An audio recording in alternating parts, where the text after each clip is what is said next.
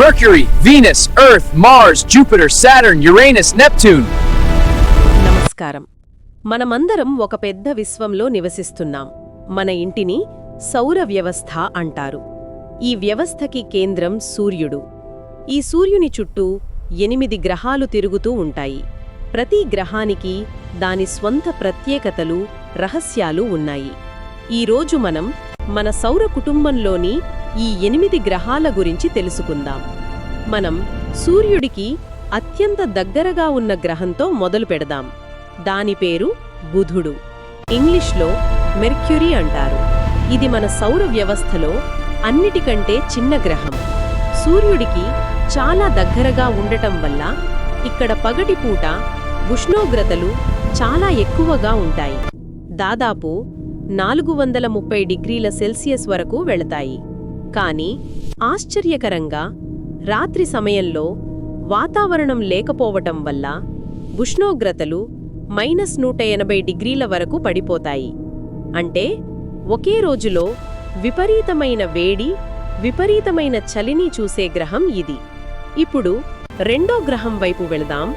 దాని పేరు శుక్రుడు, అంటే వీనస్. ఇది పరిమాణంలో మన భూమిని పోలి ఉంటుంది. అందుకే దీన్ని భూమికి సోదర గ్రహం అని కూడా పిలుస్తారు. కానీ పరిస్థితులు పూర్తిగా భిన్నంగా ఉంటాయి. శుక్రుడికి చాలా దట్టమైన, విషపూరితమైన వాతావరణం ఉంది. ఈ వాతావరణం సూర్యుని వేడిని గ్రహించి బయటకు పోనివ్వదు. దీనివల్ల శుక్రుడు సూర్యుడికి రెండో స్థానంలో ఉన్నప్పటికీ మన సౌర వ్యవస్థలోనే అత్యంత వేడిగా ఉండే గ్రహం ఇదే. ఇక్కడ ఉష్ణోగ్రత ఎప్పుడూ 465 డిగ్రీల సెల్సియస్ కంటే ఎక్కువగా ఉంటుంది. ఆ తర్వాత వచ్చేది మనందరికీ తెలిసిన గ్రహం, మన ఇల్లు భూమి. మన సౌర వ్యవస్థలో జీవం ఉన్న ఏకైక గ్రహం ఇదే. ఇక్కడ నీరు ద్రవరూపంలో ఉండటం, ప్రాణవాయువుతో నిండిన వాతావరణం ఉండటం, ఇంకా జీవుల మనుగడకు అనువైన ఉష్ణోగ్రతలు ఉండటం వంటి ఎన్నో ప్రత్యేకతలు ఉన్నాయి. ఈ అద్భుతమైన సమతుల్యత వల్లే ఇక్కడ మనం జీవించగలుగుతున్నాం. మన భూమి ఒక ప్రత్యేకమైన, అందమైన నీలి గ్రహం. భూమి తర్వాత వచ్చేది అంగారకుడు. దీనిని మార్స్ అని కూడా పిలుస్తారు. దీనిని ఎర్ర గ్రహం అని అంటారు. ఎందుకంటే దాని ఉపరితలంపై ఐరన్ ఆక్సైడ్ ఎక్కువగా ఉండటం వల్ల అది ఎర్రగా కనిపిస్తుంది. మార్స్ మీద చాలా పలుచని వాతావరణం ఉంది. శాస్త్రవేత్తలు ఇక్కడ ఒకప్పుడు నీరు ప్రవహించిందని, బహుశా జీవం కూడా ఉండే అవకాశం ఉందని నమ్ముతూ ఉన్నారు. అందుకే మార్స్ మీద పరిశోధనలు ఇప్పటికీ కొనసాగుతూనే ఉన్నాయి. ఇప్పుడు మనం సౌర వ్యవస్థలోని పెద్ద గ్రహాల వైపు వెళదాం. 5వ గ్రహం బృహస్పతి, అంటే జూపిటర్. ఇది మన సౌర వ్యవస్థలోనే అతిపెద్ద గ్రహం. ఇది ఎంత పెద్దదంటే మిగిలిన అన్ని గ్రహాలను కలిపినా కూడా బృహస్పతి అంత పెద్దగా ఉండవు. ఇది ఒక గ్యాస్ జైంట్, అంటే ఇది ఎక్కువగా హైడ్రోజన్, హీలియం వాయువులతో నిండి ఉంటుంది. దీని మీద ఒక పెద్ద ఎర్రటి మచ్చ ఉంటుంది. దానిని గ్రేట్ రెడ్ స్పాట్ అంటారు. అది వందల సంవత్సరాలుగా కొనసాగుతున్న ఒక భయంకరమైన తుఫాను.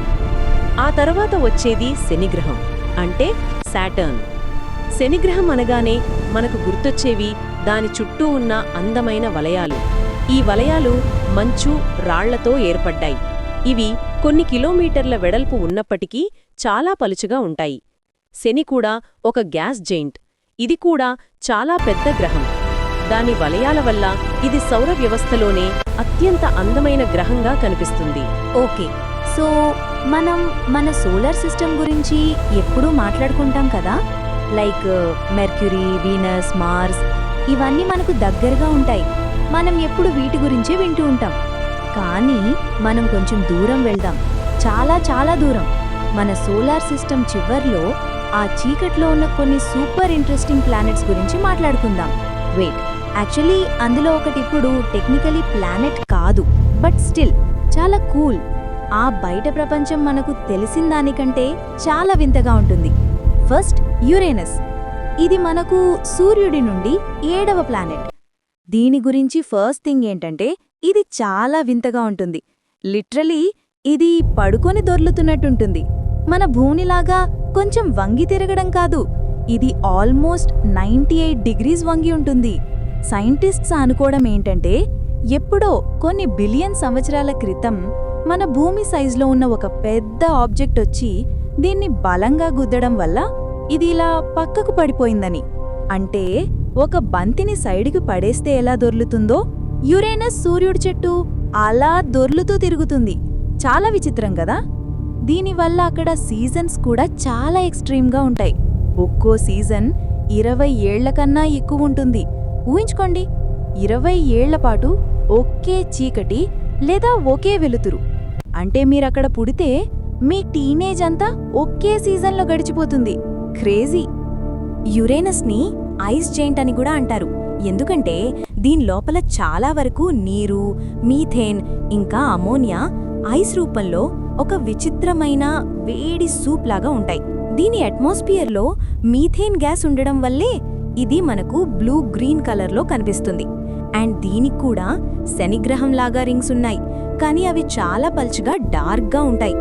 అవి రాళ్ళు ఇంకా దుమ్ముతో తయారయ్యాయి, అందుకే వాటిని చూడడం కొంచెం కష్టం. సో యురేనస్ అంటే ఒక side way spinning cold blue green world అన్నమాట. Okay, next Neptune. ఇది మన సోలార్ సిస్టంలో సూర్యుడి నుండి 8వ ఇంకా చివరి ప్లానెట్. నెప్ట్యూన్ కూడా ఒక ఐస్ జెయింట్ యురేనస్ లాగే, కానీ ఇది ఇంకా డీప్ వైబ్రెంట్ బ్లూ కలర్లో ఉంటుంది. దీనికి కారణం కూడా మీథేన్ గ్యాసే, కానీ ఇంకా ఏదో తెలియని ఫ్యాక్టర్ వల్ల ఇది అంత బ్రైట్ బ్లూలో కనిపిస్తుంది. నెప్ట్యూన్ గురించి ఒక సూపర్ ఇంట్రెస్టింగ్ ఫ్యాక్ట్ ఏంటంటే దీన్ని టెలిస్కోప్లో చూసి కనిపెట్టకముందే కేవలం మ్యాథ్స్ ఉపయోగించి దీని ఉనికిని కనుక్కున్నారు. యాక్చువల్లీ యురేనస్ ఆర్బిట్లో కొన్ని తేడాలు గమనించి దాని గ్రావిటీని ఇంకేదో ప్లానెట్ ప్రభావితం చేస్తుందని లెక్కలు వేసి తరువాత టెలిస్కోప్తో ఆ పర్టిక్యులర్ చోట చూస్తే ఎస్, అక్కడ నెప్ట్యూన్ ఉంది. How cool is that? ఇది సైన్స్కి ఒక పెద్ద విజయం.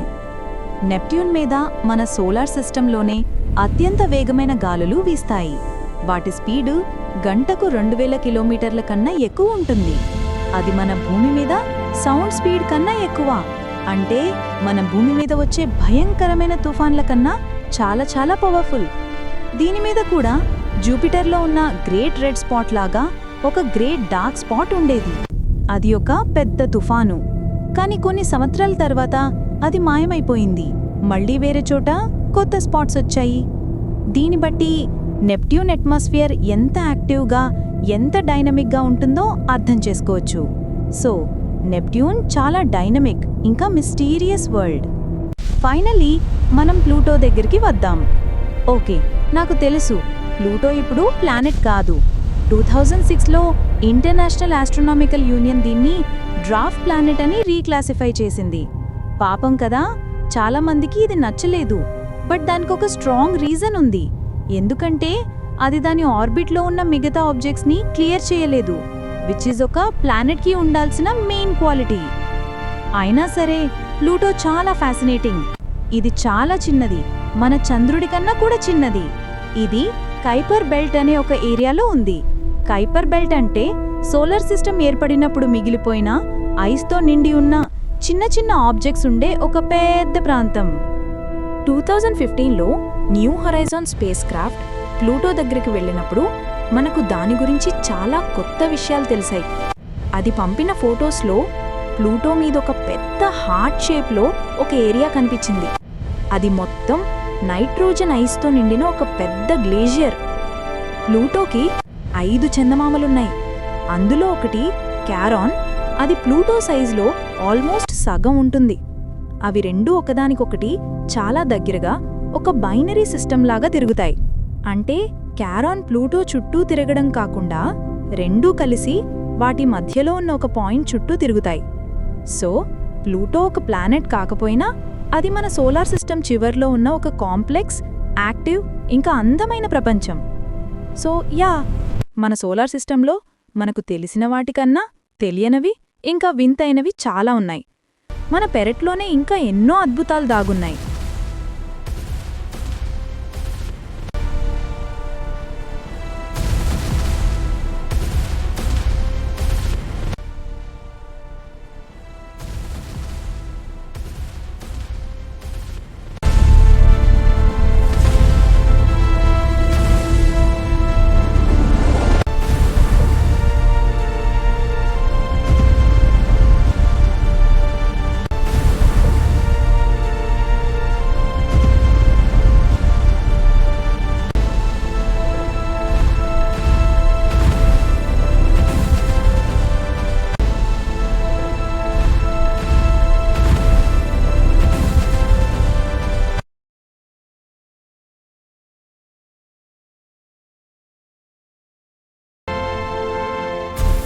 ఇవి మన సౌర కుటుంబంలోని 8 అద్భుతమైన గ్రహాలు